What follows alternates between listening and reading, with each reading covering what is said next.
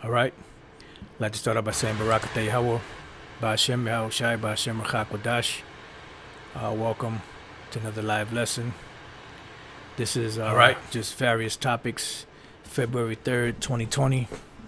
And pretty much I have a couple of articles I just ran across. Just want to touch on those, bring out some points, on it. Because we are in the year of prophecy, as you brothers know.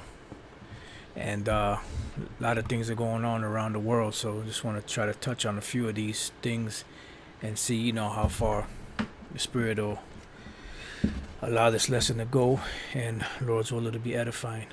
I just wanted to start off with this here on FoxNews.com, something called Snow Moon on Deck, gets set for one of the largest full moons of 2020. And pretty much, they got different names of blood moons, the super moons, the lunar eclipse, snow, and this one is called the snow moon. And if I'm not mistaken, from what I was reading, this snow moon was called, something else by Gad. I'm not sure if they called it a snow moon, but they also called it something else. So, Lord's will, we'll get into it as we read further down. It says sky watchers will soon get a glance to see the snow moon, which will be one of the largest full moons of this year when it lights up the night sky on February 8th and 9th. The February full moon will reach its peak at 2:33 a.m. Eastern on Sunday, February 9th. According to NASA, for the best view of this month, look for it on the night of Saturday, February 8th. It will rise in the east and reach its highest point in the sky around midnight, explains Old Farmer's Almanac. Some experts also describe the following full moon as a supermoon, although others feel that it does not qualify at the category of celestial event. Supermoons happen when the moon's elliptical orbit brings it to the closest point to Earth, while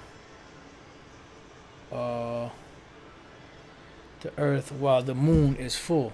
The phrase was coined in 1979, NASA says. So what we're looking at here is a picture of a super snow moon, which dates back to February 19, 2019, about a year ago, little less than a year ago. And what's funny here is that it's heavy, because here you have the moon in this fashion, as the signs of heaven, as the scriptures say.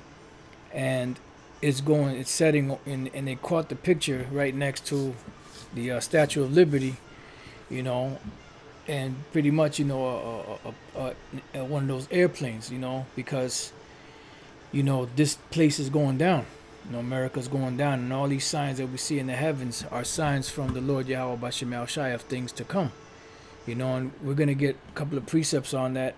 But, I just thought kind of interesting how in this picture, which was about a year ago, a little less than a year ago, they actually caught a picture with the moon going down near the Statue of Liberty. And then you had a plane there. These are all symbols of America.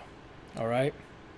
It says the super snow moon sets behind the Statue of Liberty as the sun rises on February 19, 2019 in New York City. Blah blah blah. When a full moon appears, perigee, its closest point to Earth, it is slightly brighter and larger than a regular full moon, and that's where we get a supermoon, explains the space agency on its website. Super snow moon stuns the biggest supermoon of 2019, lights up the sky. Earth Sky notes that while February 9th full moon is the fourth largest of 2020, some experts use different sets of calculations to define the supermoon. One set of calculations uses the moon's closest and furthest points to Earth in 2020. Blah blah blah blah blah. Let's jump down here. Dubbed the snow moon, the February full moon played an important role in Native American culture.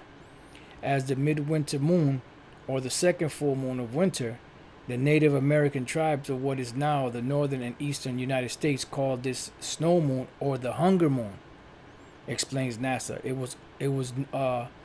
was known as a snow moon because of the heavy snow that fell in this season, but it was also called by Gad the hunger moon. And I looked up the word hunger moon, or the phrase hunger moon, and other moons. It says in the old Farmer's Almanac there is a name given to each full moon of the year. The hunger moon falls at the end of the winter when game is scarce and predators are particularly hungry. Names for the moon varied between different indigenous peoples, but they carried similar meanings. So pretty much, this hunger moon or this snow moon that's coming could be an indication, because you see what's going on with the coronavirus, and if they start locking places down, for a lot of people, it's going to be hard for them to get food. And that could bring in the hunger. And Gad called it a hunger moon because during this time, game was scarce.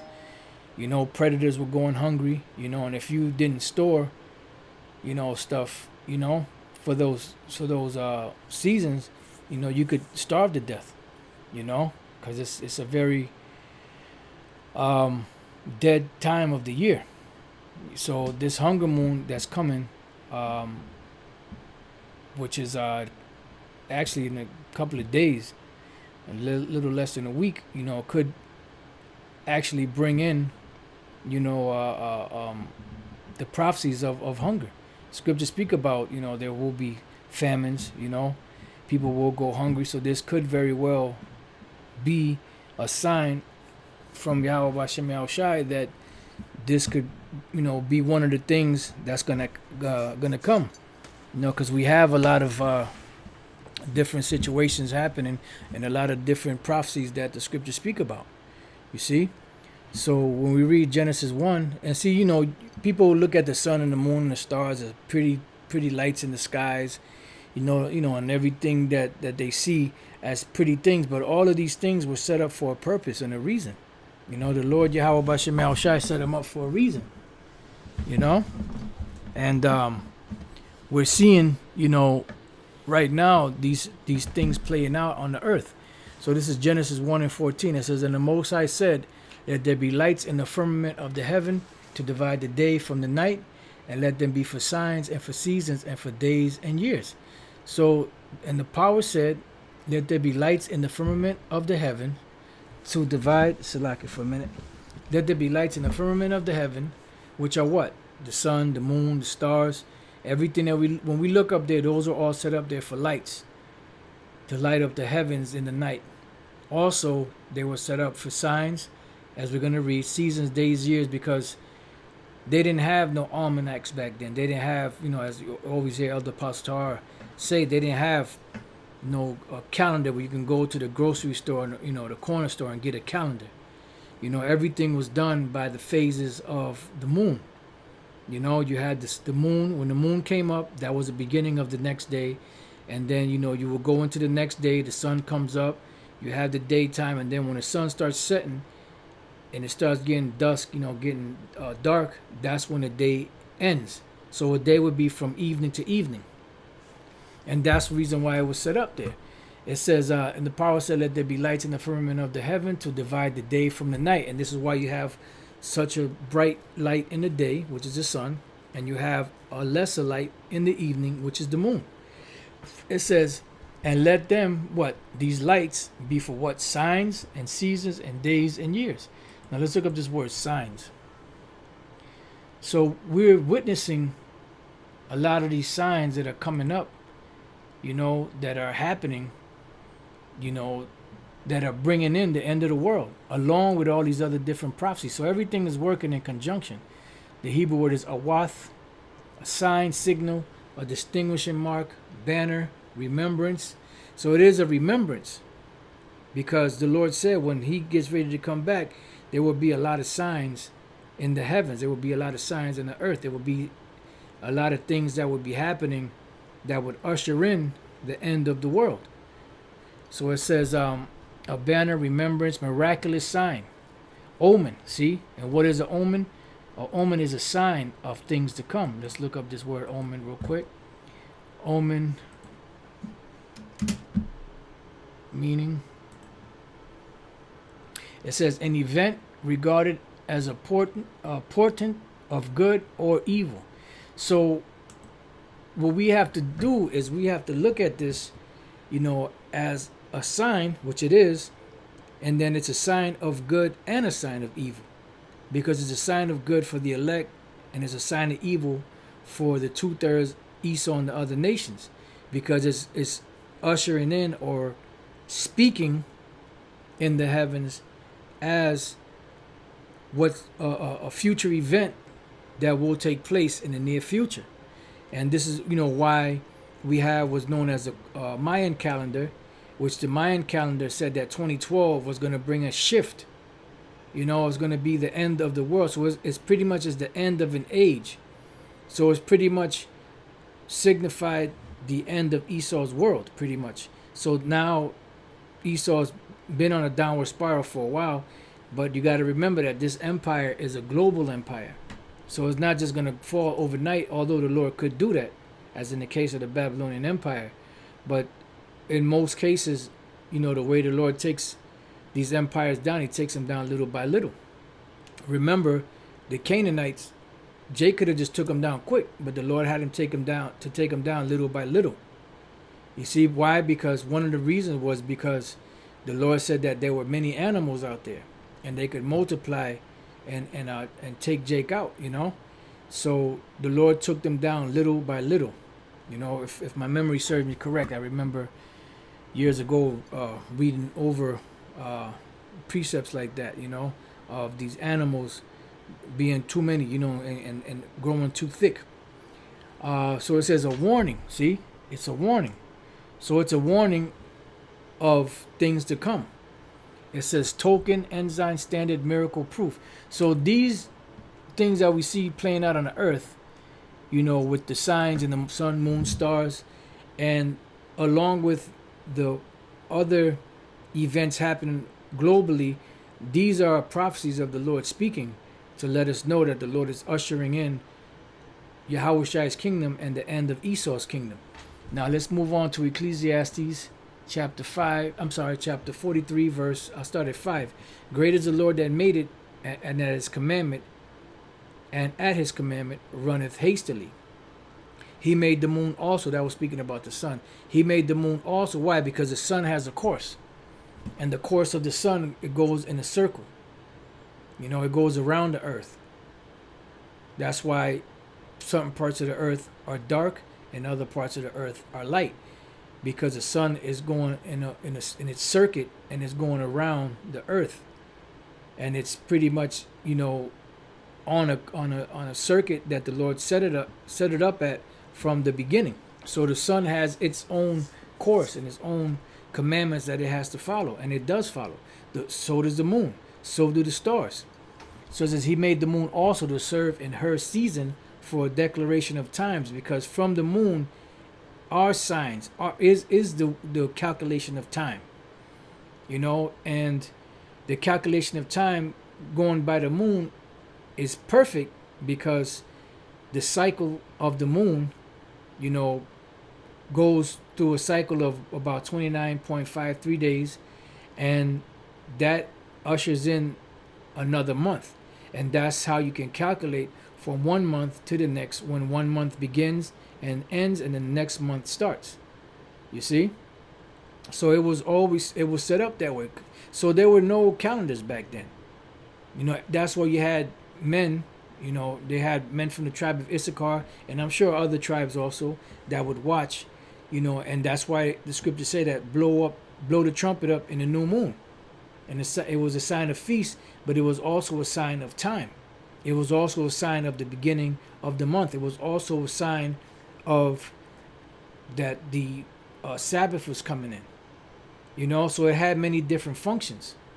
All right. So it says, he made the moon also to serve in her seasons for a declaration of times and a sign of the world, because these different moons that we see, the different lunar eclipses, solar eclipses, and all that, these are all signs from the Lord up in the heavens of things that are coming.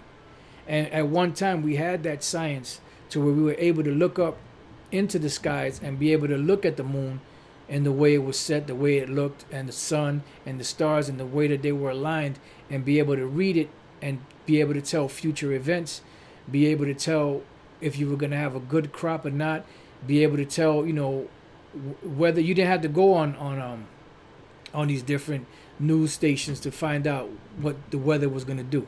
You could just tell by looking up into the skies. We had that science back then, which we lost, but we're going to get that back in the kingdom. So these bodies in the heavens are showing us different signs of things that are coming. They're omens, signs, of things that are coming. So going back, it says a sign of the world. It says, from the moon is a sign of feasts, a light that decreaseth in her perfection. Why? Because when the moon comes in, it comes in dark. So-called dark, because it's still light, but it's just you can't really see it. Then it starts to grow, and then what happens? Then it starts to wane again, and then go so-called dark again, and then that's how you know when the new moon was coming in. That's when you know when the beginning of the month was coming in, and it's very simple to follow. So it says, from the moon is a sign of feast, a light that decreaseth in her perfection. Yeah, because you had feasts when a lot of feasts would happen also in the middle of the month, and then from the middle of the month, which you have a full moon, which is what's coming up. That then from there the light would decrease and start waning towards the end of the month and the beginning of the next month, because the full moon was a sign of the middle of the month.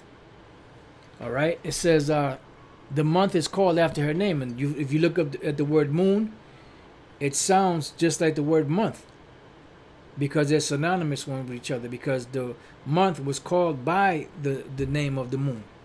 It says increasing wonderfully in her changing. Why? Because once this new moon comes in, it starts to increase wonderfully, and it starts to give that light, that lesser light in the evening, in the night, that was the course that was given to it by the Most High. It says being an instrument of the armies above, and that's also an army. The sun, moon, stars, and all that, those are armies of the Lord, shining in the firmament of heaven. All right, and it goes on and speaks about the stars. So let's go to Luke 21 and 25. And there shall be signs in the sun and in the moon. See? So these are things that are happening around the world. Prophecies on the earth, as far as pandemics, pestilences, wars, rumors of wars, famines, protests, and all the different things like that. But also signs in the heavens of the sun, the moon, the stars, to show that there are going to be certain things that are going to actually happen on the planet, because there is a shift of power coming. See, Esau pretty much lost his power already, but he still has a semblance of it, because he still has the grip, so to speak, but he's slowly losing that grip. And when Yahushua comes back, he's going to fully take it out of his hands. It says men's heart, and in the stars, and upon the earth the stress of nations. And we see that happening all over the place. The stress of nations. This thing with the coronavirus has a lot of people on edge, and now we are witnessing more strains of other flu viruses out there, that are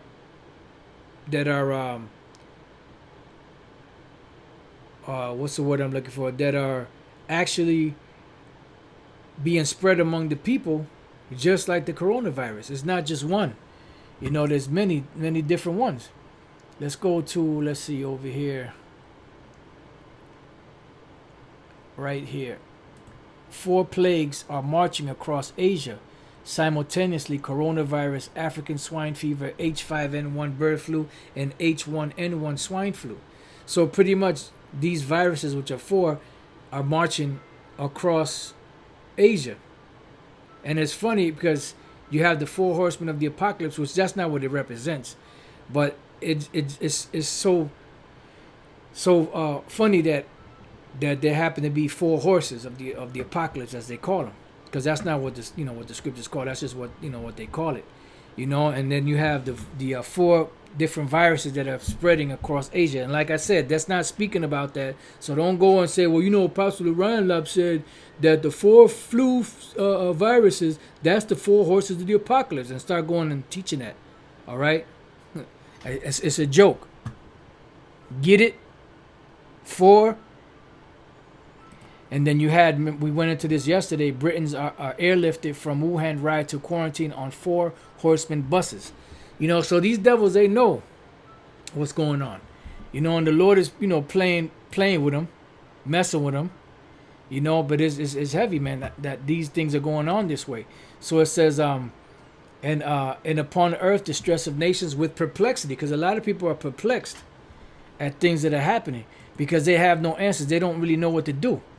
And what these devils do is that they'll release something out there, some type of virus. They have the vaccine for it, but they'll play with the public's mind. Say, well, no, we don't really have anything, but we can give you this. We're still working on it, and that's all a ploy to get more people sick because they have an agenda.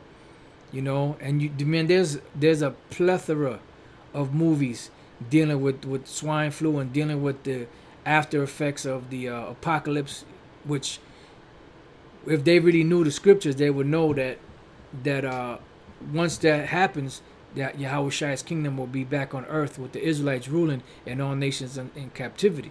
It ain't gonna be no stragglers all over the world, walking around, trying to restore their government. Even though they're gonna try to do that, but we're gonna be going around rounding them up and carting them right into slavery. And the ones of the Israelites are going to be brought right to Jerusalem, cleaned up and all that. I'm going to read the scripture that the brother put up to Zacchaeus, Ecclesiasticus 36:6. Show new signs and make other strange wonders.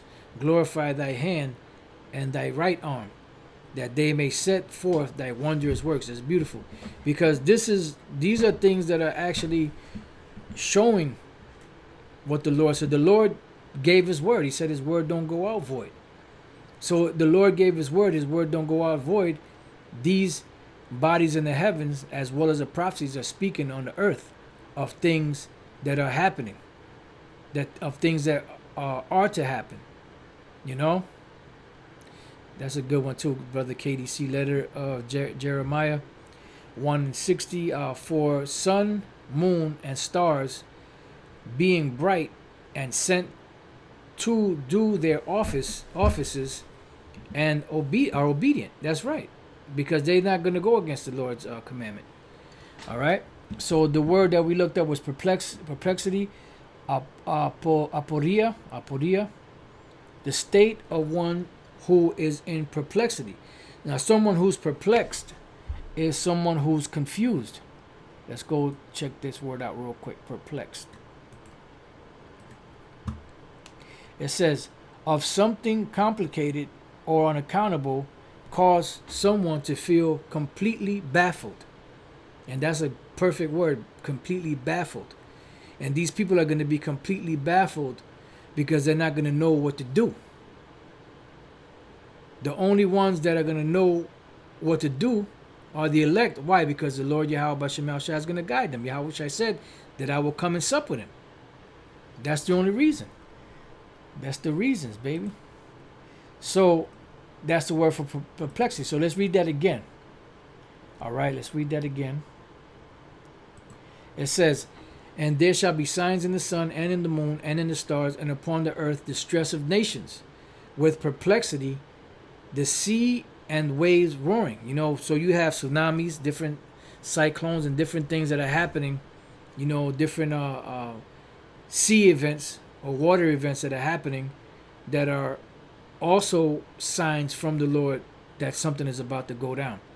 So every sign that the Lord ever set up to speak about his coming, they're speaking right now. They're in motion. They're in motion. So it's going down. Whether it's man-made or whether the Lord caused it to happen, it's all the Lord that's doing it anyway. Bottom line. That's a good one too, the brother KDC. Ecclesiasticus 39:18. At his commandment is done whatsoever. Hey, you can't just read that scripture, you gotta read it with attitude. At his commandment is done whatsoever pleaseth him, and none can hinder when he will save. See? So nothing is gonna stop the prophecies of the Lord, and nothing is gonna stop the Lord from delivering his elect. It goes hand in hand. Good news for one, bad news for others. You know? So it says, men's hearts failing them for fear and for looking after those things which are coming on the earth.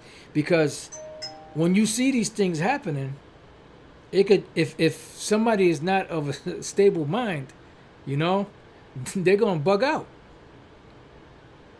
Because these things are horrific, man. You know, they had a video of this Moabite on a train throwing up blood. Now, I don't know if that was actually real or somebody staged it, but everybody was staying away from him. But this one guy was trying to help him. This guy was throwing up blood. That should look horrible, man, horrific. You know, here it is, you standing somewhere, and all of a sudden, a person starts coughing, and then next thing you know, they spitting up blood. You know, and then they just drop dead.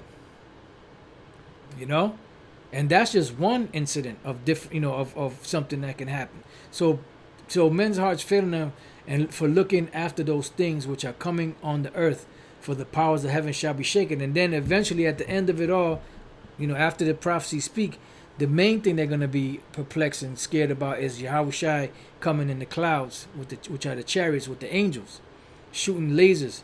So on top of everything that's going on, the famines and the distress and the uproars of the people, and you know, and the killing of people, and the martial law, and different signs in the heavens, and the, you know, the tornadoes and the hurricanes and the tsunamis, you know, and everything else that's going on, cannibalism, then Yahushua and the angels are going to come and do their thing. So it's going to be nasty out here, to say the least. So men's hearts failing for fear and for looking after those things which are coming on the earth, so the powers of heaven shall be shaken, and then shall they see the Son of Man coming in a cloud with power and great glory. So in the midst of all of this stuff, then they're going to see Yahushua and the angels coming. And they're going to be even more perplexed. You know? And boy, that's why the scripture say it's going to be a time as never was since there was a nation on the planet, neither ever shall be. And they shall see the Son of Man coming in a cloud with power and great glory. And when these things begin to come to pass, then look up and lift your heads, for your redemption draweth nigh. So we should be happy now that these things are happening. You know, we still got to deal with our situations, things that we have to deal with. But for the most part, we're happy because we know that the deliverance is coming soon. You know? And that's why, you know, as we out there preaching and teaching the word, and we're looking for these different prophecies to happen. The major prophecy that needs to go down now is them making that microchip, which is the mark of the beast, mandatory. And that's when you're going to really see this, the locomotive or the locomotion, you know, or the locomotive running off the tracks, so to speak. All right, so now, just want to read this article here. It says, creator of U.S. Bioweapons Act says coronavirus is a biological warfare weapon. And that's exactly what these are. And you know, you have many different, you know, labs that are messing with these viruses. They're splicing them. They're running tests on animals, you know, seeing how they react so that they can release it on the public. So these are actual biological warfare weapons, or bioweapons, you know, that they are creating for that purpose. And you can't say, well, no, you don't know that for sure. Shit, they try to, you know, we used to work for a company, but we used to deliver. And one time we went to this building, it was a lab. And Spirit had it to where we got there a little early. I went upstairs. And as I was waiting, the package was there. And the Spirit just made me read the package. And I'm reading the package. I said, what? Ebola virus? What the fuck? And I asked the lady, is this the Ebola virus? She said, yeah, but it's harmless. You know, it's a dry freeze or whatever the hell it was. Said, it's harmless though, you know. Just give me a few minutes, I'll be done. I said, okay, I'll be right back. Shit, I took off. I called the office. I said, we ain't taking that, you know. So they're you know, because they wanted us to take it from one part of Connecticut to another part of Connecticut. It's crazy, man. See, so they're doing these things. They got places like Plum Island. They have labs all over the world. They have labs in remote places that nobody would even venture to go to. They're doing all type of experiments. Because this man is a monster. You're looking at him as a human. He's really a monster. That's why the movie They Live, you know, they showed you that when they put the glasses on, you could actually see these Edomites for what they really are, the devil. And that's what the scriptures say, never trust thine enemy. Because as iron rusted, so is his wickedness. You know, and they have the power in their hand to do these things. And they are doing them. Let's go real quick to Micah. And I thought this was very interesting. In Micah 2:1, it says, woe to them that devise iniquity and work evil upon their beds. And that's all they do. Work iniquity, they devise iniquity, and they work evil upon their bed. They create a diligent search. They have the power, they have the technology, they have the resources, they have the money, and they have the subjects. And they'll put stuff together, test it on this and test it on that. You know, test it on the public, see how they're going to react, see how it's going to affect them. So it says, woe to them that devise iniquity and work evil upon their beds. When the morning is light, they practice it because they put it into practice. They're not doing these experiments just to be, let's see how this affects that. Let's see how if we take the H1N1 and mix it in with SARS, what would actually happen? You know, and they actually doing it, testing it on animals and testing it on the people. And when you go get a flu vaccine, you just getting whatever they decide that year to the flu vaccine is going to be. That's what, okay, this is going to be this strain this year. They'll inject somebody with that shit to make you sick. When your body has a natural ability to fight it. I read some article somewhere where, I forget where it was. I don't know if it was in the UK. This one individual, you know, they said he was diagnosed with the coronavirus. You know, I mean, I don't know how true it is, but he said they diagnosed him with the coronavirus. He said he didn't want to accept the medication. He just drank whiskey and honey, and he got rid of it, according to the article that I read. How true it is, I don't know, but you know, the body has a natural ability to fight these things. It says they when the morning is light, they practice it because it is in the power of their hand. And when you look up this word power here, it goes to the word God or Allah. See, it's power. That's why, you know, we tell brothers, you know, the word God simply means power. And they be like, oh, well, what are you talking, you know, what are you talking about? That's what it means. The word power, God means power, because the Most High is powerful, omnipotent, and the angels are powerful. And if somebody has power over people, they are like a god to these people. And Esau is like a god on the earth. That's why it says, if our gospel be hid, it is hid to them that are lost, in whom the God of this world blinded the mind of the people that believe not. Why? Because those people were given into his hand. And they're at the mercy of the person that's ruling over them.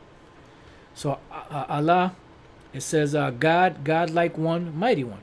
Mighty men, men of rank, mighty hence, mighty heroes, angels, gods, false gods, demons. So you have all different types of gods. So this power here makes this devil like a god. So he has the power, and this is why he's experimenting with people. This is why he'll take people apart, take their brain apart, you know, diagnose this, diagnose that, you know.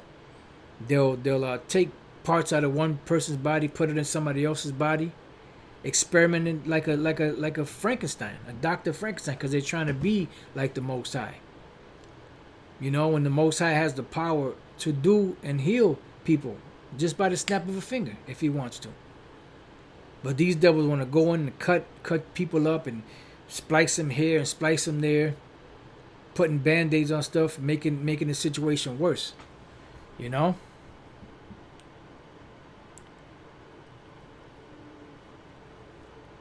Yeah, that's right.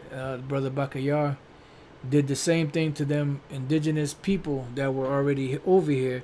Influenza, mononucleosis, smallpox, chickenpox. Yeah, it's pretty much it was biological warfare. All right, so they have that power. So this is actually these viruses are actually biological weapons or biological warfare. And the Lord said that no weapon that is formed against thee shall prosper. You know? Let's go to that real quick. Isaiah chapter 54 and verse 17. It says, no weapon that is formed against thee shall prosper, and every tongue that shall rise against thee in judgment thou shalt condemn. This is the heritage of the servants of the Lord, and their righteousness is of me, save the Lord Yahweh Bashem Yahushai. So that's the bottom line. That no weapon that is formed against thee shall prosper. So these weapons that are man-made, whether it's a germ, a virus, whatever the case may be, an actual weapon, it's not going to work against the men of the Lord, the people of the Lord, the elect. Because the Lord said that when an enemy shall come in like a flood, the Spirit of the Lord shall lift up a standard against them. Because Yahweh said, if the Lord don't cut these days short, there shall no flesh be left to be saved. The shit that's gonna rock this world, man. You have to have the power from on high, Yahweh, Ba'ashem Yahushai, protecting you, protecting us in order for us to be able to make it through. All right, so I didn't really read this, I just read the headline, which is all I needed, and I put all of these in the description box. Pretty much, you run through these. The 4 plagues are marching across Asia simultaneously: coronavirus, African swine fever, H5N1 bird flu, and H1N1 swine flu. So bad enough the coronavirus is out there. Now they got 3 other ones to contend with. So it's very interesting to see what's going to develop or happen within the next couple of days, next couple of weeks. And they could use this as a way to actually make people take that mark of the beast, that microchip. That could very well be a way that they could do that. And brothers been speaking about it, for a while too. Beginning, with the apostles, elders, and different brothers, different camps doing lessons, speaking on it.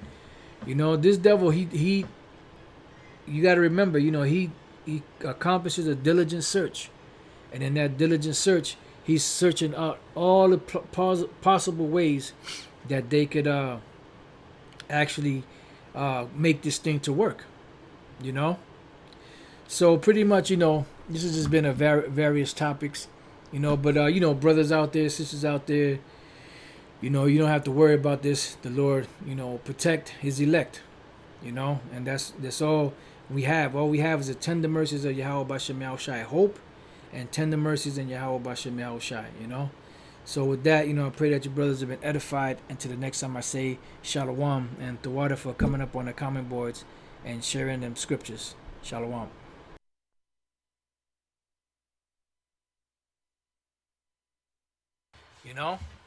Let's go to that real quick. Isaiah chapter 54 and verse 17.